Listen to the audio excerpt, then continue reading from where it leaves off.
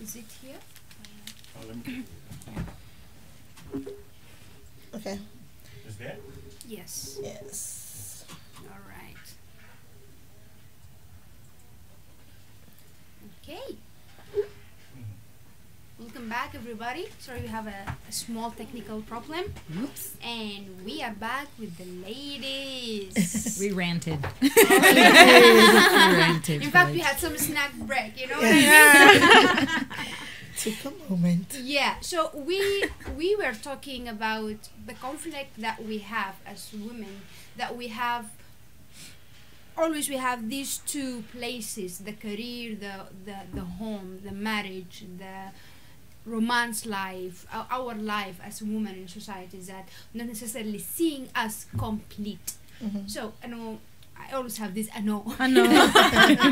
Seriously. I know the Japanese thing.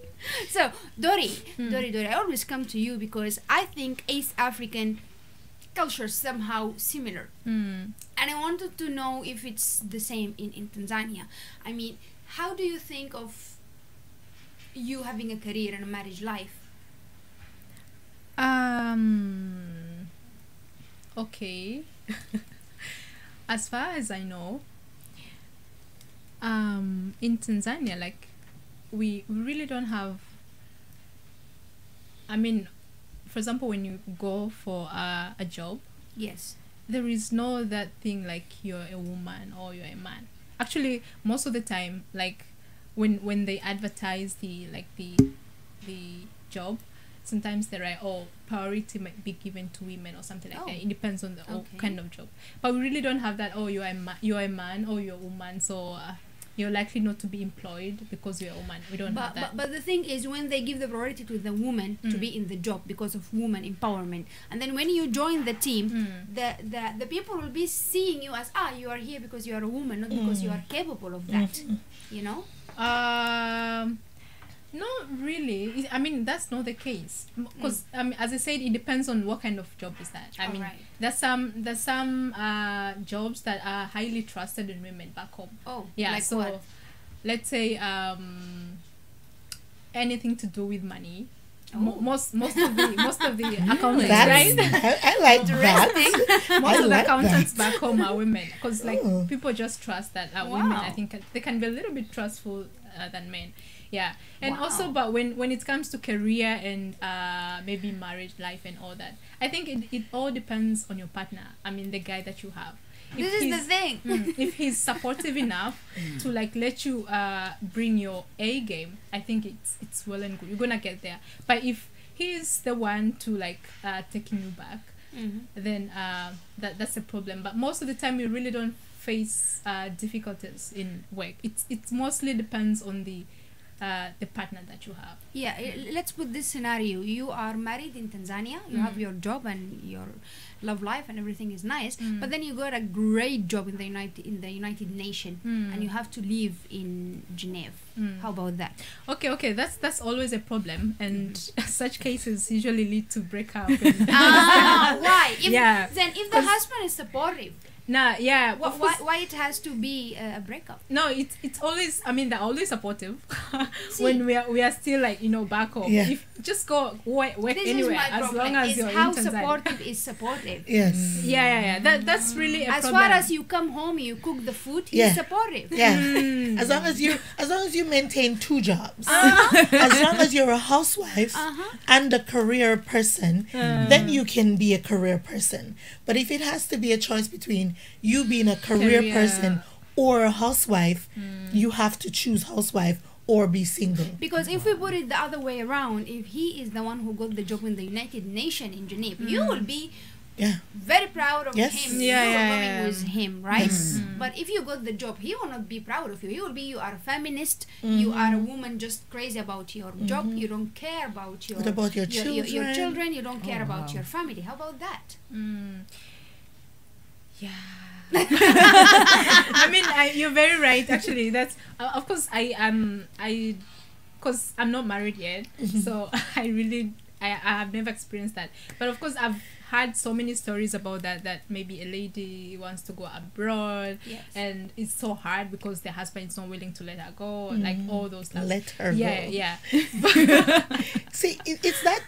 This is a thing for me. Yeah. I think language is so important. Absolutely. And the language we adapt for ourselves as women is telling. No matter how much we can say, the society is liberal, we're growing, we're improving. First, we're growing. That means we're not there. That's one thing. And when you listen to the language that even women like myself, who consider myself to be somewhat free of my cultural restraints, somewhat liberal and open and woke.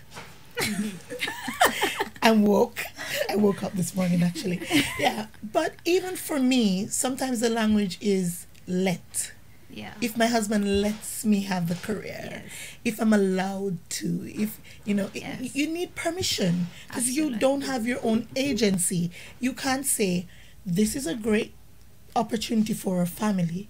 This is a great financial move. This is great for my career. This doesn't enhance the family at all. This is great for my development. Exactly. For me. This is how long I'm going to be gone. This is how we'll make this work. You can't. You have to cajole and persuade, probably give him a good night Yeah. before you talk about it in the morning. Like you get a promotion that And requires you you to be always away. have to feel the guilt. The guilt. Yeah. Yeah. So you get a promotion that requires you to be away for 2 weeks.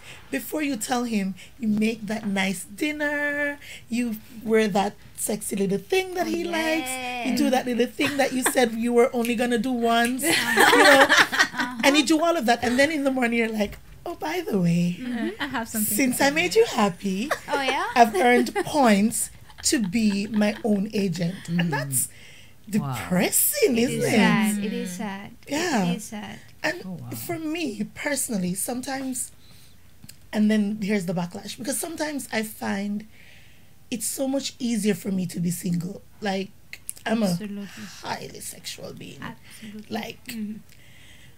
but it's so I much really easier agree. for me to be Yes, single. yes. I started, I'm not going to call it a relationship because 3 months is not a relationship. So I was, Relatively. for me it's not. I was with a guy for Yeah. 3 months. We broke up at 3 months, but for about 2 months, before I knew him, I planned a trip to Okinawa, and I'm like, oh, by the way, I'm gonna be going to Okinawa in like 2 weeks. We had a 4-day weekend in Japan. Yay! So I'm like, I'm gonna be in Okinawa for 2 weeks. What are you doing for the holidays? Hope you have a good time. He's like, what do you mean you're gonna be in Okinawa? I'm like, when you take a plane and then you go there and then you arrive and then that means you're there, and he's like, so you're not gonna ask me if you can go? Oh, wow. Excuse you. I'm like, Clarence Clark, is that you? Really? Because not even my daddy, but anyways. So he says, aren't you gonna ask me? And then he started to become reasonable, and this is where men get us. He became reasonable. He's like, we're in a relationship. It requires compromise and group planning and consideration. Mind you, never experienced any of that from him. Right. I'm told of what he's going to do, Absolutely. and I have This is- no issue. This You is had the a thing. life. This is the thing. The compromise meant it's always one way. Yes. Yeah. Yes. I mean, it's always the job and the responsibility of the woman to take care of the Yes. relation, Mm-hmm. to take care of the household, To minimize herself. to keep the man there. I mean, this is your job. Is if that failed by any means, if the guy cheat or the guy disappoints you or the guy disappoint himself or or his kids, it's your own fault. Yes. It's true. Like, even, it's so weird for me because you put yourself out there and you're like, I'm going to create the type of woman that if I were a man, I'd want to marry. And then you find out that that's not actually the type of woman that most men want to marry. Absolutely. I hear men say, I want a strong woman. I want a woman who knows herself with Here you go. personality. Here we go. And then I'm like, hey, I'm making this decision Oh yeah. as a strong woman with personality who knows myself, who has ideas and opinions and desires. Right. They're like, oh, you're intimidating. Oh, Oh, you, yeah, you know, yeah. you don't know how to be in a relationship. Oh, the number of times that I've been told that I should stop. I should stop. Wow. Yeah, the thing is, I think we are facing the same thing that women face when it comes to sexism or gender.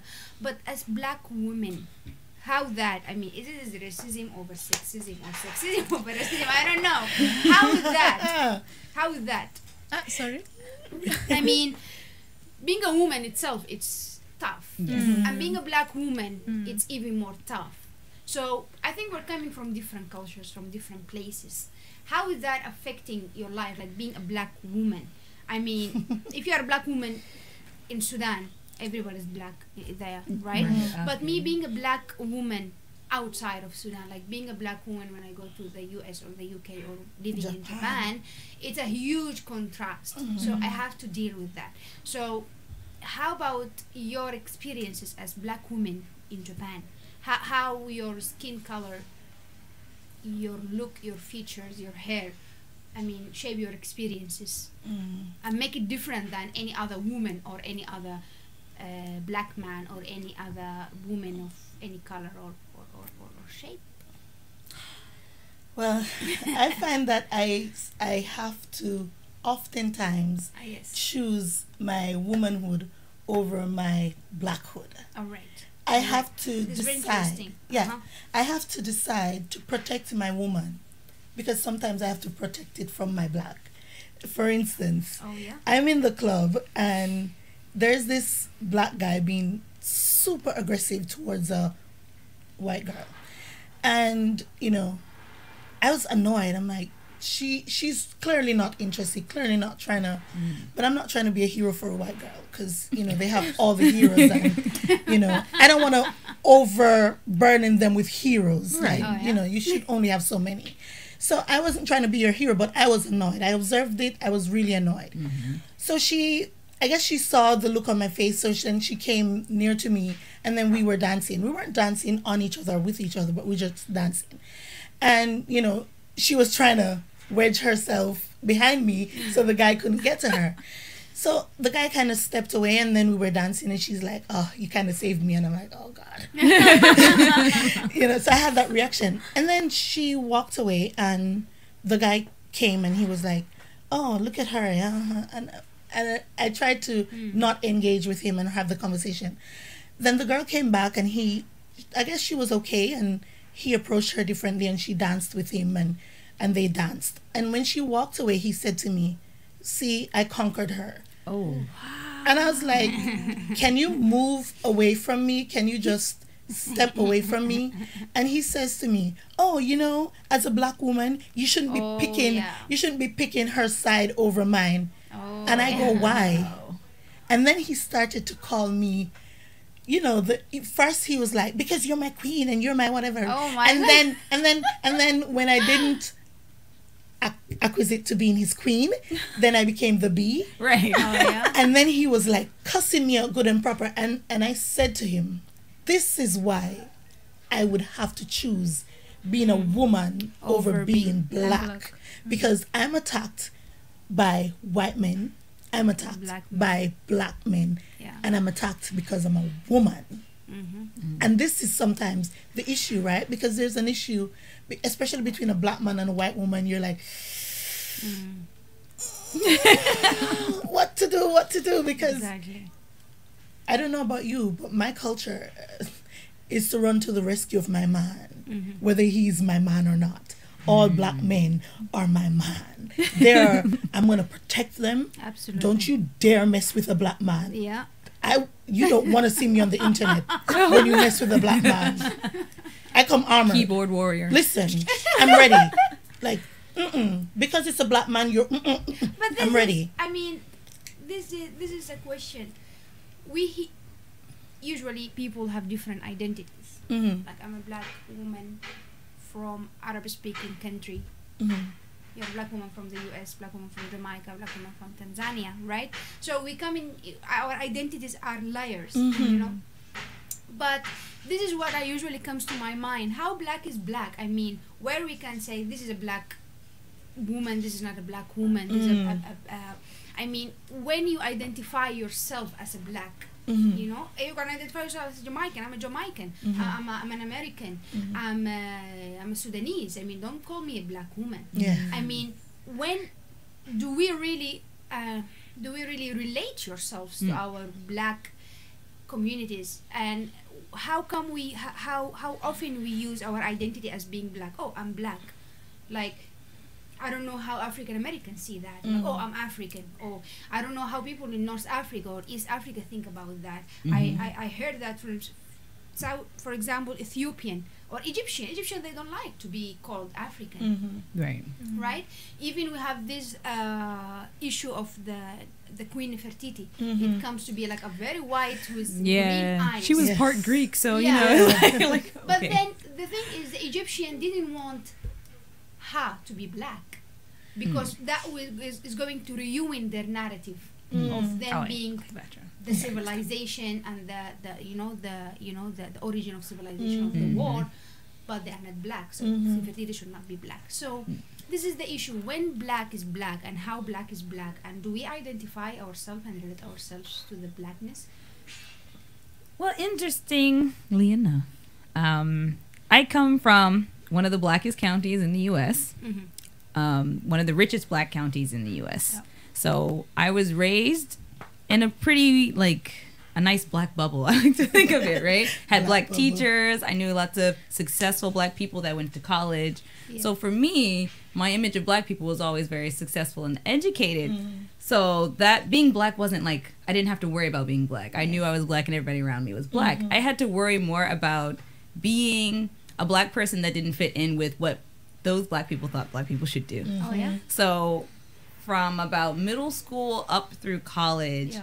even though I knew I was black, I didn't identify with blackness the way I do now, where it's more like about being outspoken and standing up for even black people I don't know. Back then, I would have been like, well, I don't know that guy. Even if he's black, I don't know him. Like, we aren't friends. Because I grew up in an area and I had issues with black people. Right. Because I'm always around black people. So, you know, I was chased and teased by black people just for not conforming to whatever they thought black kids should be doing at that time. I read books. That was weird. Yeah. They would try to chase me and beat me up for that. So for me, I was like, being black is okay. Being a nerd is awesome. And so I had my femininity and my nerdness, and that was fun for me, and I focused on that. But after I came to Japan, Yes. and I realized, wow, there's not a lot of black people, actually. Yeah.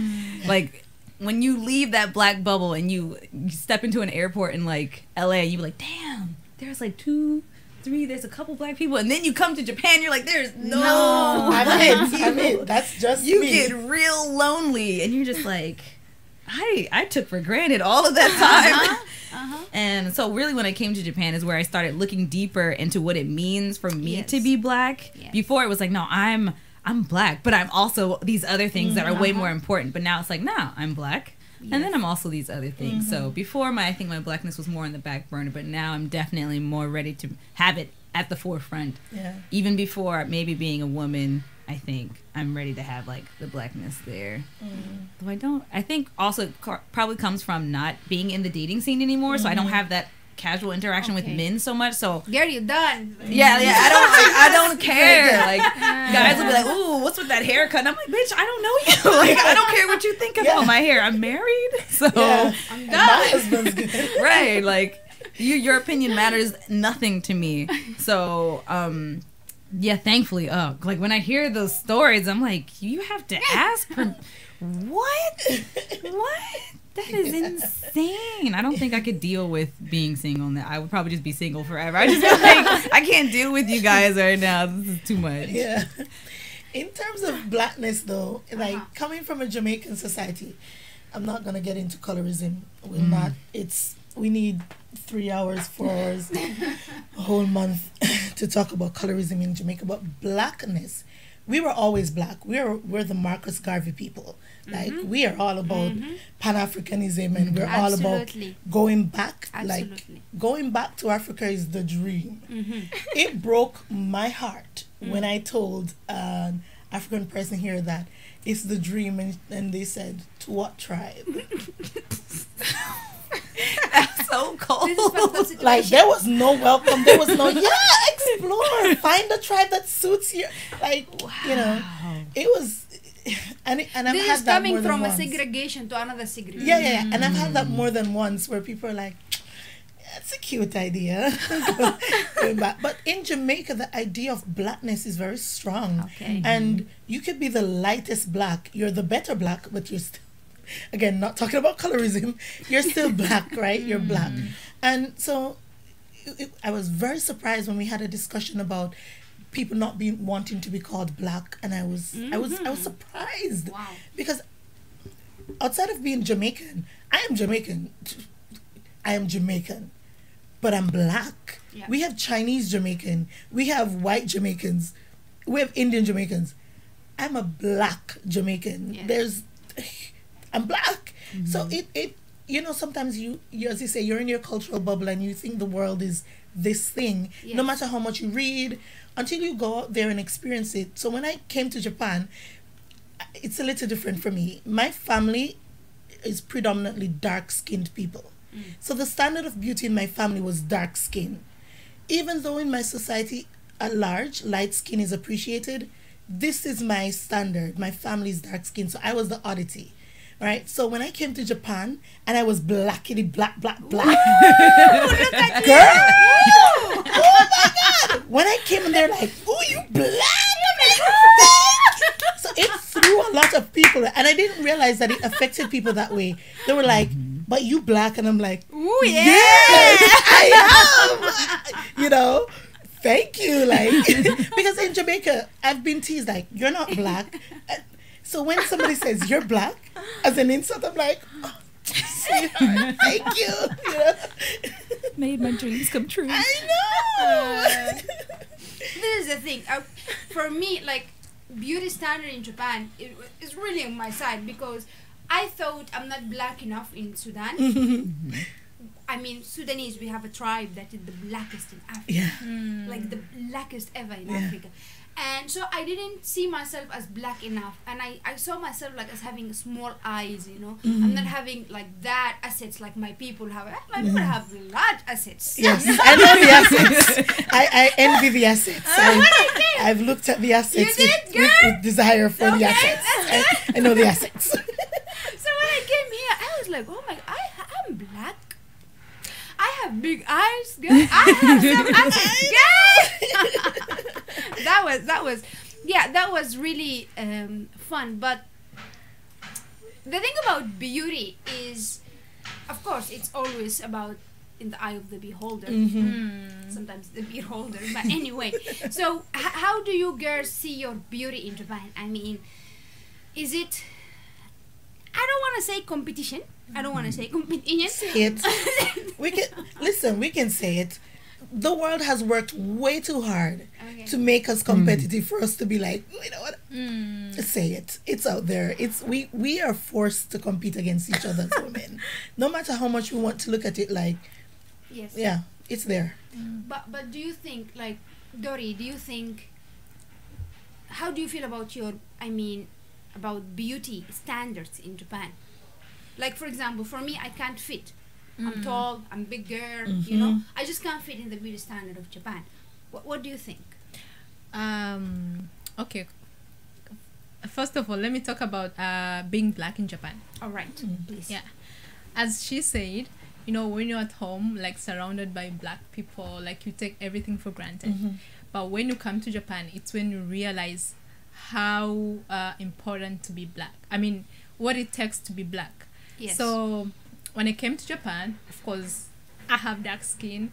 So like you walk everywhere and people are like, swoi. Like you go with the afro in the lab and everybody will be like, you know. Can I touch your hair? Yeah. Don't touch my hair. So in one or another, that really makes me, okay. So I have something that people really want to know more about and stuff. Yes. Actually, it's so hard to identify like where are you coming from. Like, for example, I've met so many people. I mean, when people see me for the first time, Yes. they would ask you, are you from, if not like South Africa? no, they usually. only know blacks are maybe black Americans. So they would ask you, are you from America or US? If not, or are you from Jamaica if you have like long braids and stuff? But if you have afro like this, they would ask you, oh, are you from South Africa? Yeah. So that word they know. But of course we have like different nationalities and all that.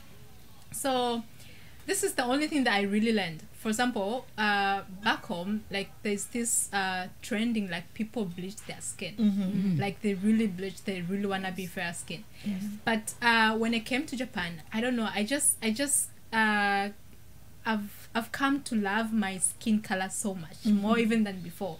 Because I can tell the differences that I have with the rest of the people in the community, and how is it important to be like, to have your own identity as like skin color and all that. So all those things makes us like to look ourselves in a very different perspective, and you know, love ourselves more. And about what again? Beauty standards. Oh, Beauty standards. Okay, in Japan. I love that long Japan. Yeah, actually I have. Okay, let me just tell you a story. I had a Japanese friend. She's very tall, like just more than the average Japanese girl. And she was telling me that she doesn't live in Japan now. She was telling me that she's never dated a Japanese guy. I was like, oh, really? Yeah. Because by that time she was dating a guy from somewhere. I don't want to mention, maybe she's yeah. So then I asked her, I was very curious, like, why haven't you ever dated a Japanese guy? I said, you know, I think maybe I'm not suitable for Japanese guys. Because that's how they think. Because she's very tall. So in Japan, actually as a girl, you're not supposed to be very tall. Yes. Right. Their standard of beauty is just a moderate size. I mean, the Japanese size. I don't know, moderate is moderate. So their Japanese average size, and you should be very tiny. I mean, if you're like you know, like Talking about sizes, what about shopping? shopping. Okay. Shopping. Let me ask. Online. Listen, I'm going to embarrassingly admit, I went to the United States December 2016. All right. I prepped. Yeah. I went with empty suitcases. Yes. And, you know, I, not for joy, I shopped Yeah. so that I could have clothes and shoes. I have large feet. Not So I am. not kind of large, like large. Yeah. So there are no shoes in Japan that fit me Let me check that are not men. Yeah. I bought, and I've never been like I love shoes. I love looking at them, but owning them, I'm like, that's too much money to own. But I bought like 15 pairs of shoes because it was so hard to be here for 3 years and not be able to have shoes and not be able to have underwear and bra. It's frustrating. And it's even more frustrating because I have students who are similarly sized to me. I know Japanese people who are similarly sized to me. So I'm just like, they're totally excluded from their society because, one, traveling to the US is not like the grand thing, or traveling somewhere else to get clothes is not the grand thing. So for me, going to the US and buying clothes, it's doable. But what do those women do? Like, when is the society going to move on to understand that not everybody is this tiny little size or this shape? Absolutely. Because not just us, but Japanese people. If you don't care about us, what about your people who are that size? How do they find clothes?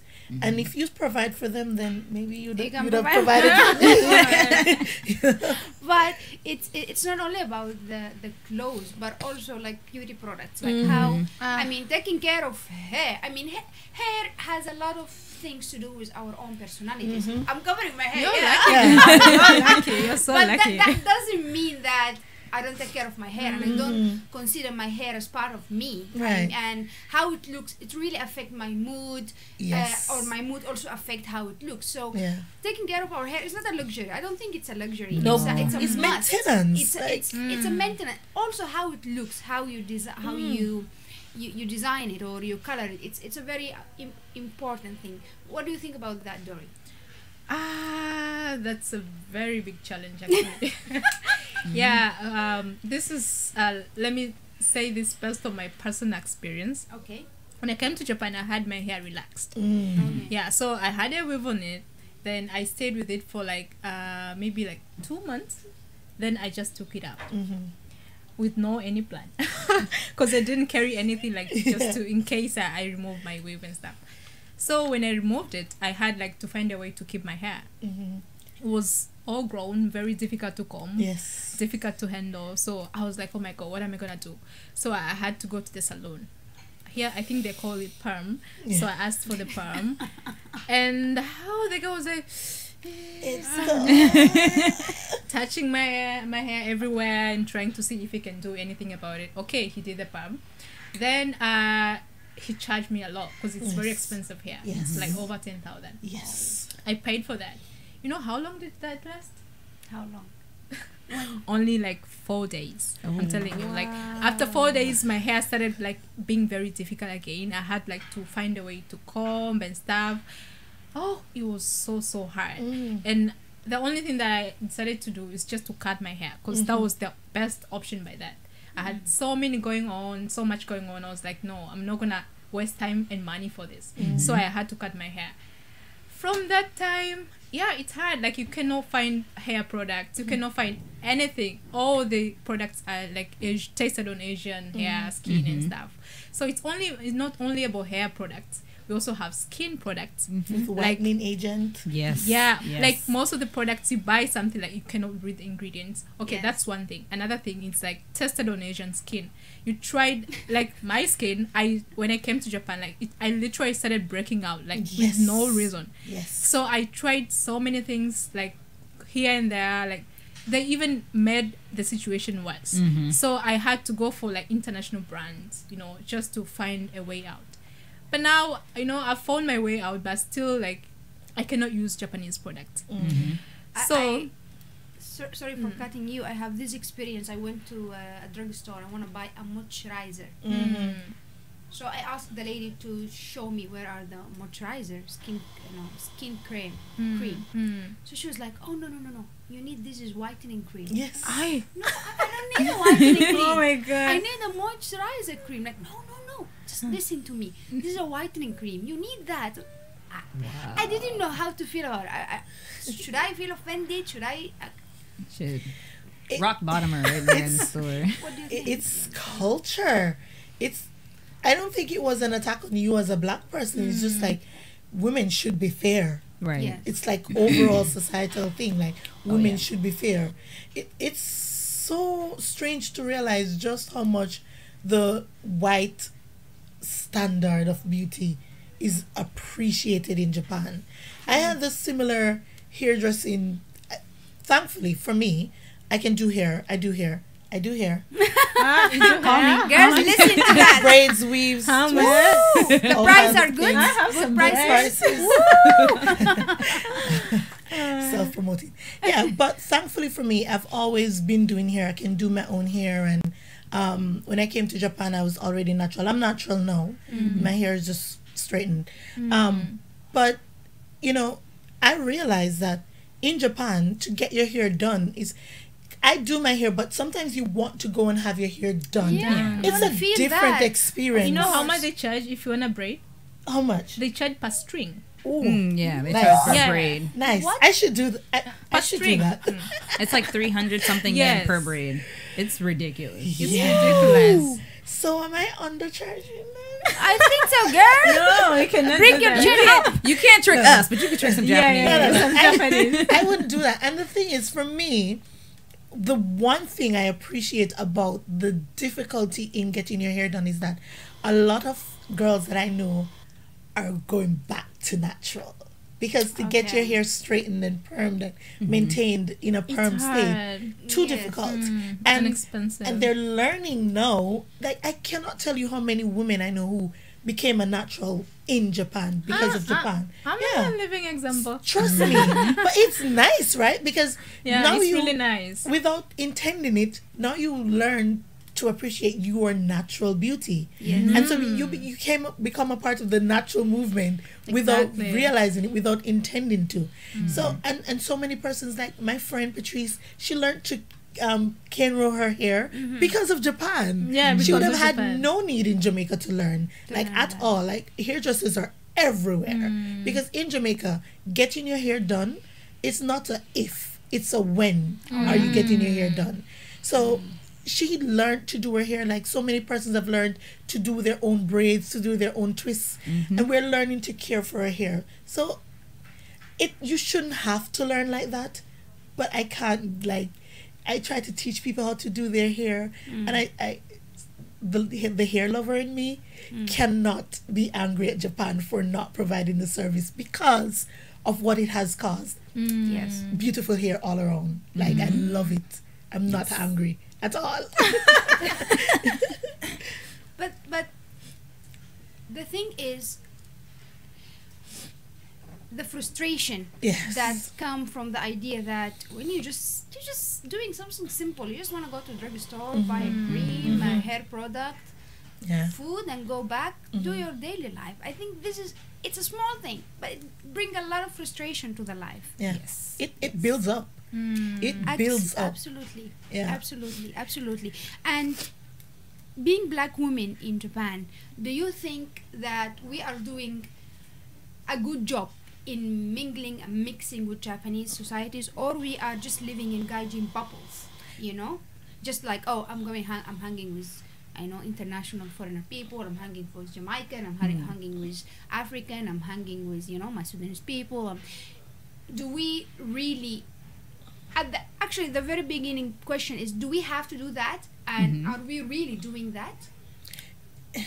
I think it's important. You don't have to, obviously. If you're not comfortable with it, then you don't have to. But I think it's part of living in another country is mingling with the people that that's their country. And so when I first got here, because I came here with my husband. Yes. I was just with his family. So I was with Japanese people all day, every day, just in the middle of the your country husband town. is a Japanese? Yes. So I lived in a countryside town that had no black people, maybe a couple Filipino people. But I just was around Japanese people all day, and I got to share a lot of stuff with them about my hair, because they were like hunting. They were trying to find a beauty salon that could do my hair, and we eventually worked that out. But that was a nice culture exchange for like the first 6 months, but it gets old. It does get exhausting. Like you can't, it's not a sustainable, maybe for some people it's sustainable just to be around and doing constant cultural exchange.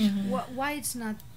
You just get tired of explaining the same points because every time you meet a Japanese person, they basically ask you the same questions. Oh, where are you from? No, but where are you from? And oh, is that your real hair? Oh, can I touch it? Why did you come to Japan? Can you eat Japanese food? I know, right? I'm not an alien. Like, food is food. It's not that much of a.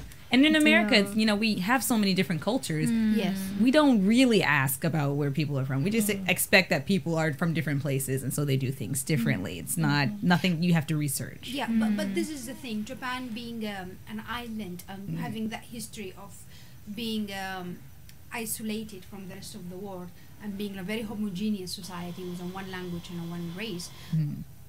As foreigner people, do we have, because we want to change this, I mean, it's fun to live in Japan, right? We're doing business, we're doing families with Japanese, right? So do we have to work to change this, or we're just going to complain about, the problems and enjoying the good points? Or do we have to really to teach and educate and give some awareness to the Japanese society about other people, cultures, and where they come from? What does it mean to be different, as you said before? Well, I'm a teacher, so I feel like I'm somewhat of a hero. Oh yeah. just by nature of being a teacher, but because of the way I look at my job, I look at I look at my job as the opportunity to get them while they're young. It sounds sinister, and it is. I want to get them while they're young, before their opinions are formed, because this is my belief, and it's so deeply ingrained in me, that our culture and the way we view the world is so deep inside of us that sometimes we don't know where the edges are. And sometimes we can think this opinion is informed because we're woke, but it's also informed because of your culture. Yes. And there's just so much blame and responsibility you can put on someone for living according to how they were cultured. So if I can get them before the culture has gotten them, then I can impact on them a respect for other people, an appreciation that differences are there and are okay and are not to be tolerated and yada yada. They just are. Because even tolerance of difference is like this ridiculous superiority complex, right? I tolerate your different. What? No, I'm just different. There's no need to tolerate me. I'm just different, right? Yes. So right now, what I do is I tell them about other cultures. Yes. I use practical English. They learn English, and they have to equate it to something happening here in the world, something happened there in the world, Yes. other cultures, other experiences. I talk to them about my hair. I talk to them about my experiences in Japan. I talk to them about my skin. I talk to them about why it's rude to touch me in the face, because I don't know where your hand's been. right? Yeah, so I do it now, and I do it aggressively, and I do it constantly, Yes. so that they know, and it at first it was so surprising to me how unaware Absolutely. the students were, like Absolutely. genuinely unaware. And I have the utmost level of tolerance and patience for children, adults, grown people, because the thing is, certain respect I expect, because I know you can give it, Oh yeah. because I see you give Yeah, it to other adults. Japanese people. Oh yeah. I see you give it to white people. Oh, I yeah? see you give it to Asian presenting people. Yeah. I see you be respectful. Yeah. I see you do the Japanese is a polite society. And then when you get to me, sex, okay? I'm sorry. Hello. My name is Shauna. Right. Exactly. So I Exactly. if you're a grown person who is in charge of their impulses and can literally stop themselves from doing this with a Japanese person, you can do it with me. You can stop yourself from standing behind me in the train and sniffing my hair. Yeah. You can I have- stop yourself. You're a grown They do that? person. I have this experience. Audibly, like, and I'm like, I have this experience. I was in a train and there's two guys, Japanese guys, sitting next to me, and they were talking about me in Japanese, and I understand Japanese, and they were talking about me like, oh, are they sitting here next to me? Like, where she's from? And they're looking at me. Maybe she's from India. Oh. They just make their assumptions and Yeah, move on. she's from India. She smells good. Oh, Yeah. Oh my Well, Indian usually smell like curry. Oh my god, that's on that note, That's why I listen to music when I go out, because I can't hear. I can't stand hearing all of the talking, just blatantly talking about you in front of your face, because I wouldn't be able to control myself. I'd be like, すいません。日本語喋りますので。In fact, after they finished, I was like, お疲れ様でした. you told them. yes, you are just Just something else. and that's one of the things when you talk about Indian smelling like curry. That's one of the things that gets me. This TV image that Japan has. Like literally, there's a topic that I'm teaching now, and every time I teach this topic, I make the same pronouncement. There is a lie that you're about to hear. It's a lie. Yeah. And then I play the tape that they're going to listen to. It says, I'm from India. I eat curry every day. I only eat curry. So I say to them, you're from Japan. Do you eat sushi every day? Do you only eat sushi? No. I'm like, have you heard of tandoori chicken? Have you heard of naan? Yes. Those foods From are from India. India. Yes. Would you have tandoori chicken and eat curry every day? And you can have tandoori chicken? They're like, no, that doesn't make sense. I'm like, exactly.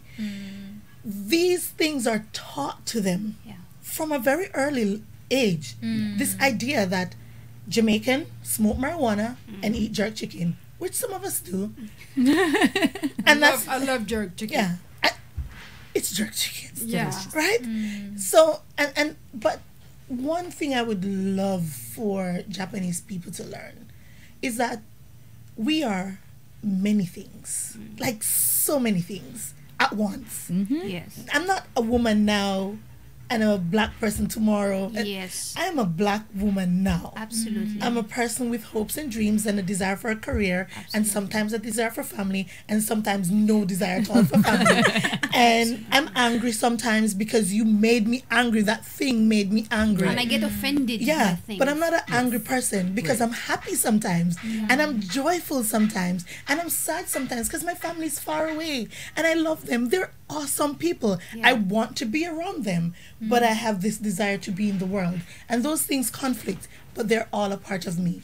Absolutely. I'd love for them to learn that we are more than just this TV Like image. cliches. Yeah, we are everything and none of what you know. We're Absolutely. all of what you know and absolutely none of what you've heard Yeah. at the same time. Yeah. And yeah. that, I would love if they could learn that. Yeah. Yeah. It's so much, it would make life easier, right? Stereotyping hurts. Stereotyping hurts. But coming from Tanzania, when people ask you where you coming from, I'm from Tanzania, or they would be like, you're from Africa. So what do you eat in Africa? Usually I go like, we eat people. I do tell them that. So what about like African stereotyping affecting your life in Japan? Okay, for me, actually, this is not only in Japan. Yes. The only thing that I usually do first try to understand that the world is so diverse, Yes. and we have different perceptions Yes. on like people and like everything, literally everything. So whenever you go, you have to understand that you're gonna meet different people Yes. that will have different opinions and different information about you yourself and about where you're coming from. Yeah. So that is so expected. So when I came here, I didn't expect Japanese to know where Tanzania is. Yes. So the fact that they don't know, for me, it really doesn't bother me. But it just surprised me. Some don't even know about Africa. But The thing is, I will give you this story, so it can. I was in a academic conference making a presentation about my research.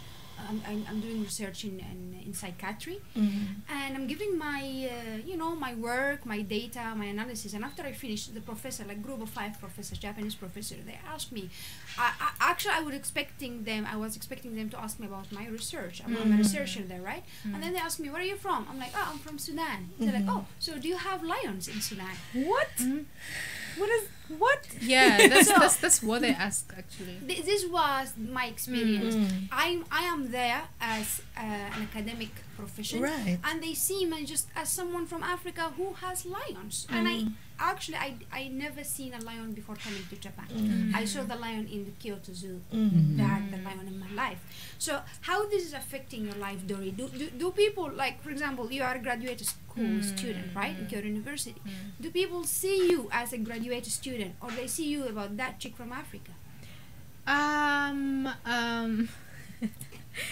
I really don't know how to say this, but for me, I think I just came to understand that Japanese was once a very it's still a very conservative society. Yeah. Actually, looking at into things, I feel like they're still not so ready to accept foreigners. So we are like trying to, because of their depopulation problem, they're trying to incorporate more people, but like in reality, they're not ready to accept foreigners yet.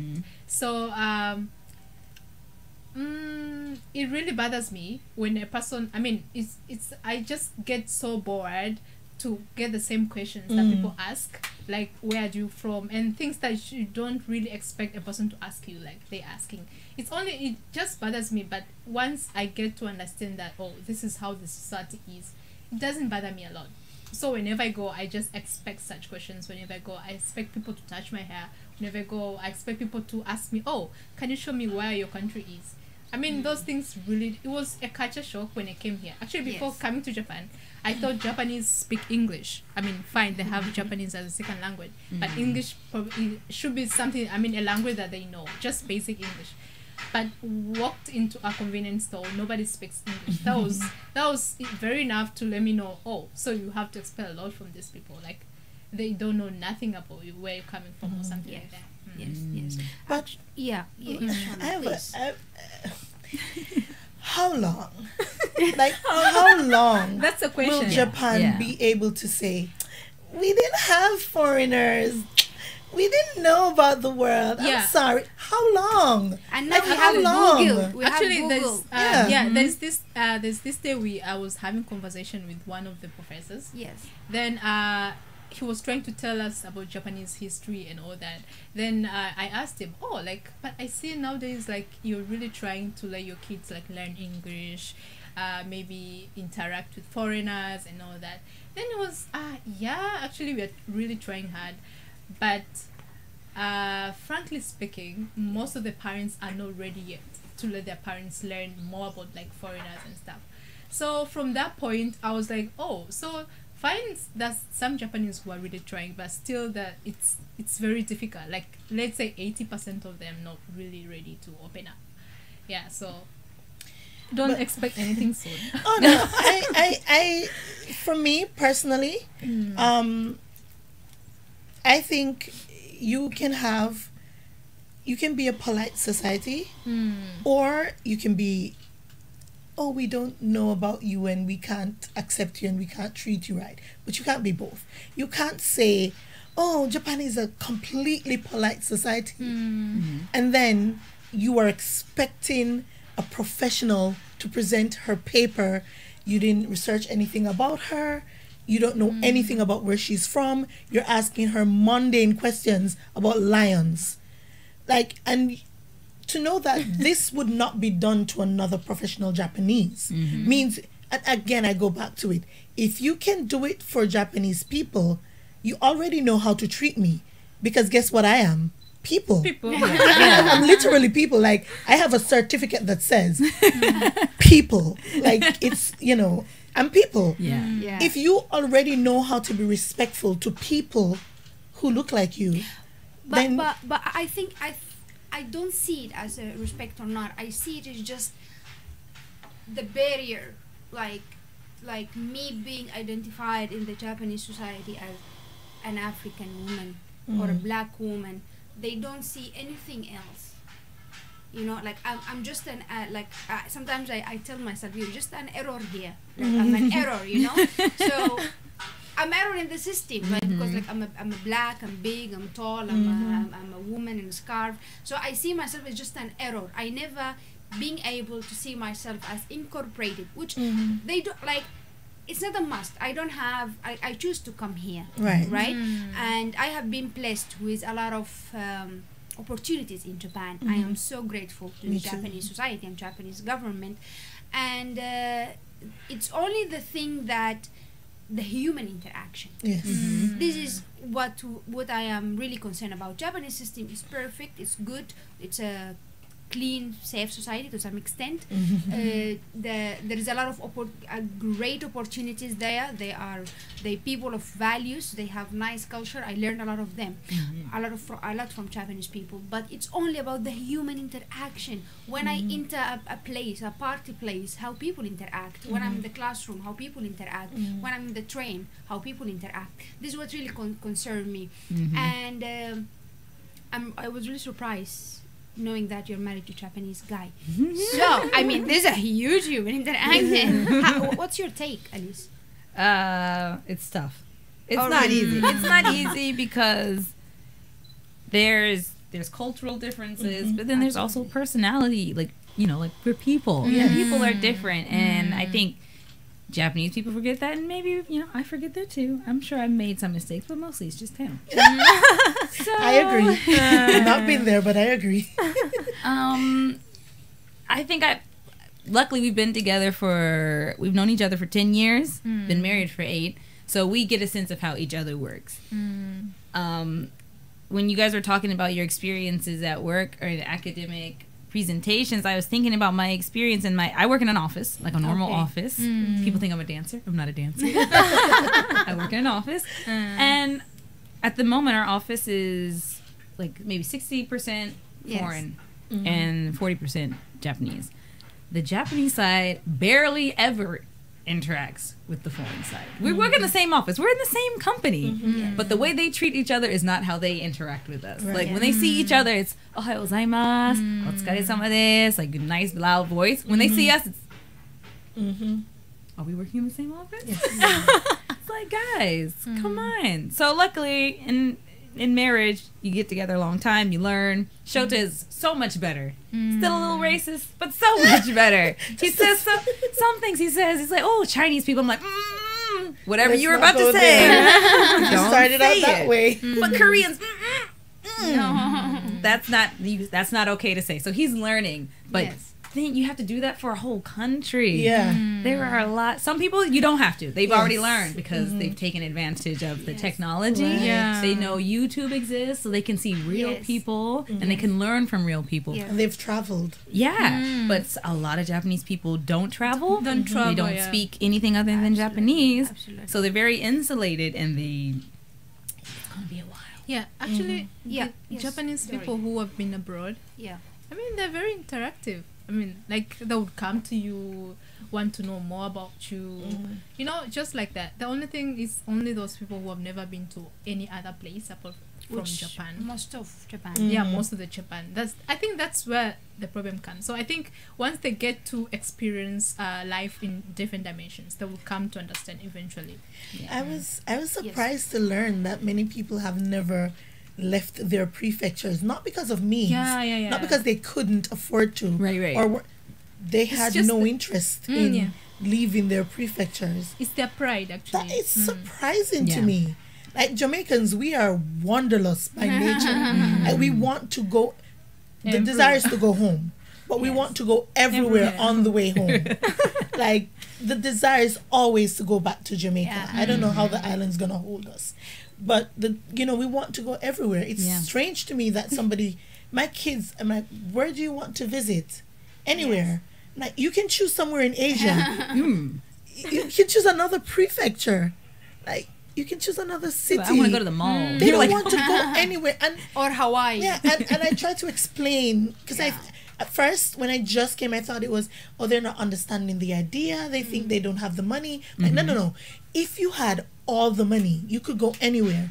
Like Where would you want to go? I want to go to Japan. Like you can't go to Japan because you are in Japan. Where do you want to go? And they're like nowhere, and it's normal, and people are like, yeah, okay, that makes sense. I'm like, no, it really does not. It really Like, doesn't. It doesn't make sense. Like For me, I have all the respect for all cultures in the world and all people sort of values and mindset and how they see things. But the thing is, now we have a lot of people. There is a lot of people coming to Japan, and there is a lot of people starting having families in Japan and having kids with Yes. Japanese. So the issue of the children who have a Japanese parent and non-Japanese parent, I think this is a big challenge. I have a lot of friends, African and Sudanese. They married to Japanese ladies and they have kids, and this challenge is big. It affects the kids in all the ways, and maybe we don't feel the responsibility to change how Japanese think about foreigner people, but I feel like we have the responsibility of giving those I don't know how to call them, like mixed kids, can I just Mixed, say yeah. mixed kids, giving them the environment or the messages that you will be feeling different, not because you are different. Of course you are different, we're all different, but because the environment is not very welcoming and friendly to different things.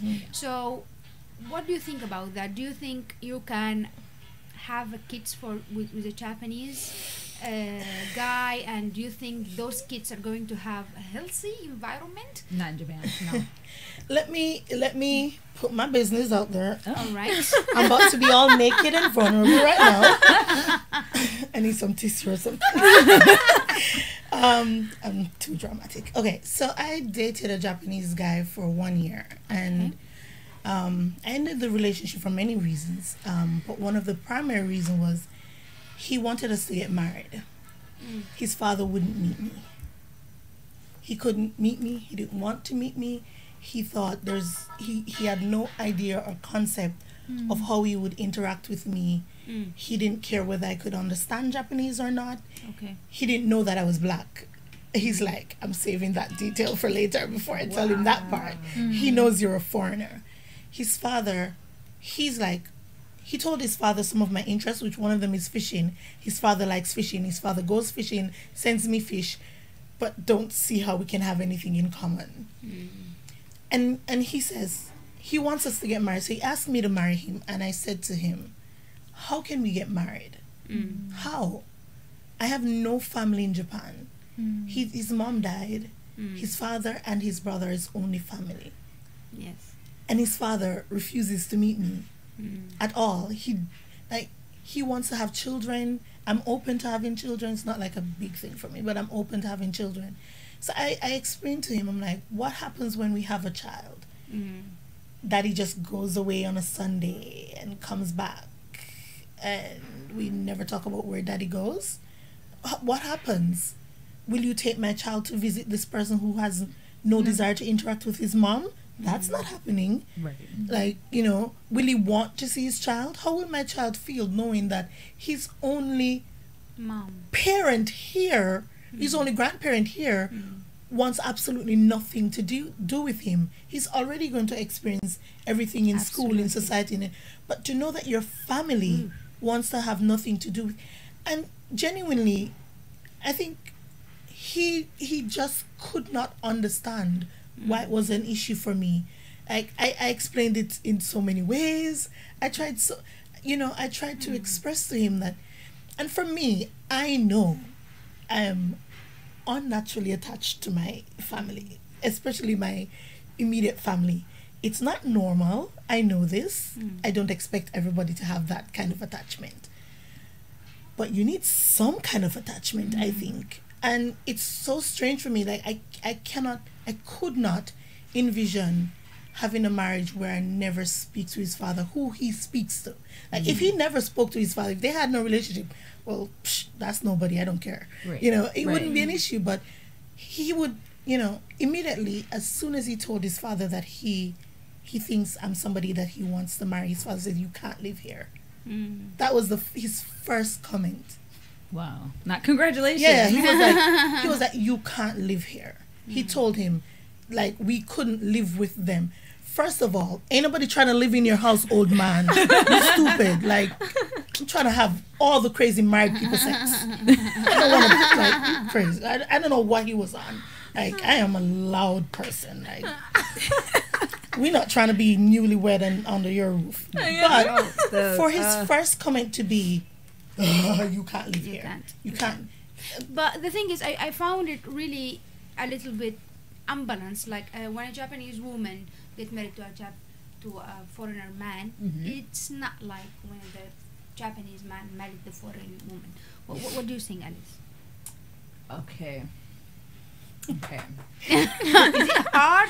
I know a lot of guys that have Japanese wives, very happy relationships, and they're lucky because as guys they can provide because they don't have to worry about maternity leave if they have children. Right. Okay. Which in Japan, I was looking at my own work contract because I was like, well, maybe I would like to. What does my company offer me in terms of maternity leave? Nothing. Yeah. They don't. They said you can get money from the government. Yep. You get like 30% of your paycheck, I think, for 3 months, and then after that you either find a job or go back to work if they're still going to hire you. Like, it's bare bones. Yep.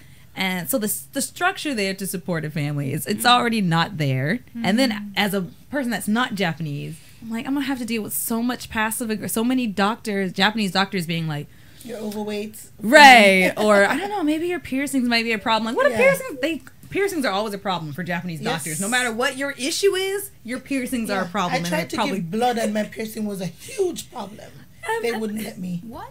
Yeah, like they focus on really unrelated issues, and I'm like, that's another level of stress. Trying to go to the doctor, trying to go to a Japanese doctor, and I I've seen the daycares. You know, you have to sign up for a daycare, and you might get it, but you might not get it. Which means if you don't get a daycare, you don't go back to work because somebody's got to watch the kid. Yeah. Because there are no babysitters. Babysitters don't exist in Japan because they haven't set up a system that allows people to take care of children in their home. You have to do it in a facility that's been like checked by the government. You can't do it in your home. So I do not see Japan as a very good place to raise children financially or socially, even because of the ideas that a lot of people, especially young Japanese people, even though they're better than their grandparents and their parents, it's still really bad, especially in all Japanese schools. International schools, obviously, they're different, but they're expensive. I have friends with their Japanese wives, they can't afford international schools. So their kids got to go to a normal Japanese school. Luckily, they got a Japanese mom who can take them to the Japanese school. So for the kids, they see the Japanese mom like, okay, everything's fine. This is If they exactly see a what I mom meant. that's not Japanese, Yeah. oh, and got pierced, oh, your And you're- mother is she does this and this and this, and she must be from this place and that place. And I'm like, I would never put my child through that. I'd have to go back to the States. Even the States ain't good. Right. Like, I feel just like mentally it's a safer place than being in Japan. Like, mentally, Japan, you've seen how they have high rates of suicide. Mental health is not well supported in Japan. I don't trust the system here. Yeah, for The- children, Yeah. Dori, do you see yourself as any? I mean, do you see yourself with a Japanese man? No. Quick answer. No. No. No. The other question, all the way around, do you think Japanese men approach black women, or are they interested in black women, from your own experience? For me, I think it's actually when you walk around, you see so many Japanese ladies dating foreigners, but very, very few Japanese men dating foreigners. It's very, very hard to find. And I think it has something to do with Japanese guys. I mean, they're very. If you say Japan is very conservative country, I think you're basically speaking about men. Like, Japanese men are the most conservative people in their society. I think ladies so willing to open up, interact. Once they're exposed to such environment. Everywhere, ladies. Yeah, have but some- men, We rock. We're men on is the always world. very difficult. For me, even a Japanese guy, even if he's interested, like, he will just tell you, oh, sugoi. Yeah. Fetishizing kind of way, right? Yeah, but no, it's so hard. Like, they cannot be straightforward. Like, just the way they live, like, oh, they cannot say, no, I cannot do this. It's just trying to find out whether he can help you or not. Just, it's same way when it comes to relationship. I mean, it's very hard for them to be straightforward. I don't know. I've never been approached directly by a Japanese guy since I came to Japan. No. But speaking about your whole experience in Japan, we have to sum up this. Speak about your whole experience in Japan, coming from different countries, from different backgrounds, different careers, different interests in life. If you want to put it in a nutshell, how you can talk about it, the good, the bad, the nutshell of the experience. Actually, I didn't ask you guys, how long have you been? At least, how long have you been? This in is Japan? my 8th year. 8 year. Chona. 5.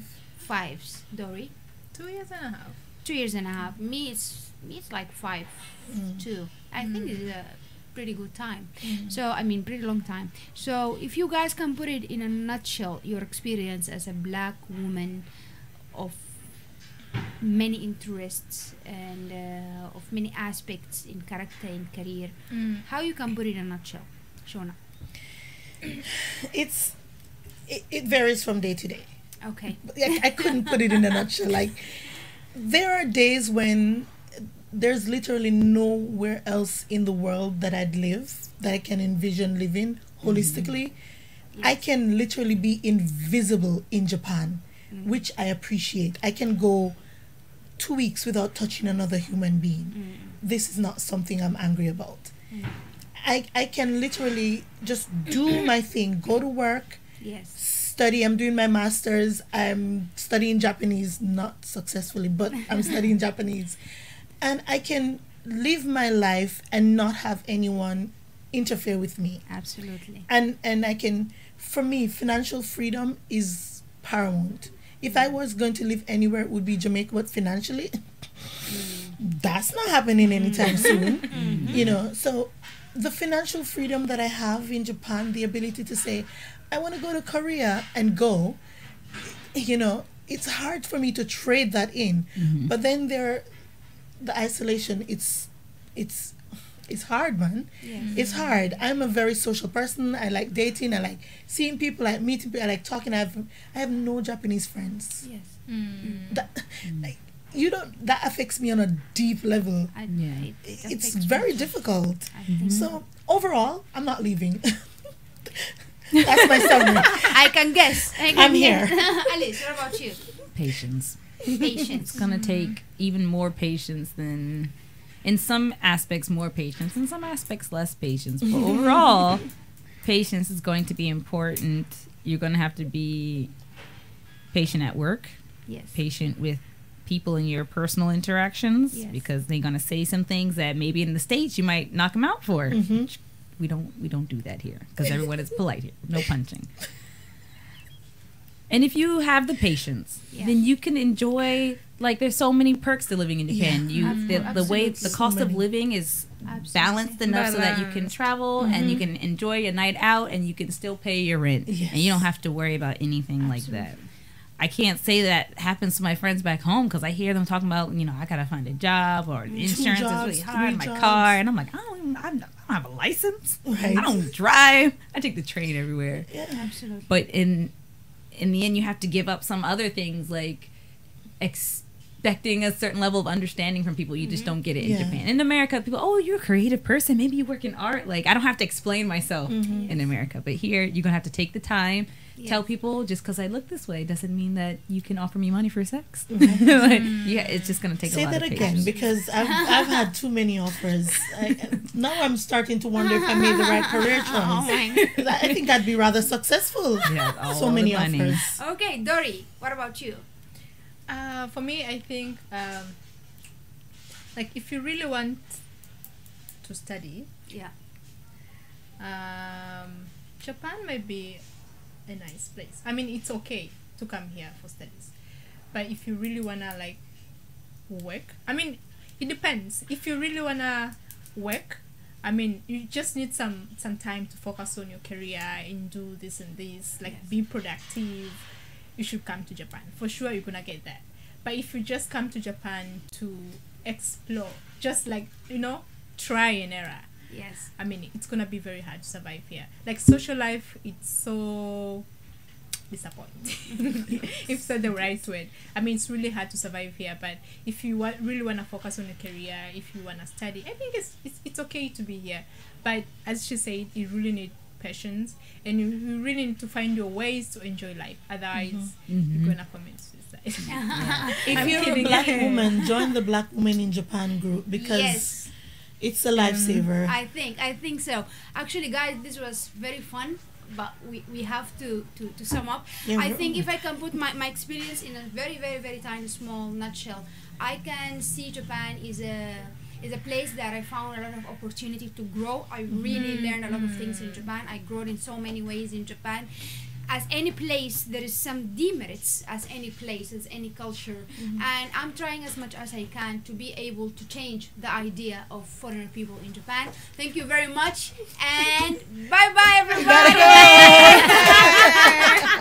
Bye, guys. Blackan Radio Japan. Blackan Radio Japan. Talk shows. DJ sessions. Live interviews. The best for international music entertainment. Blackan Radio.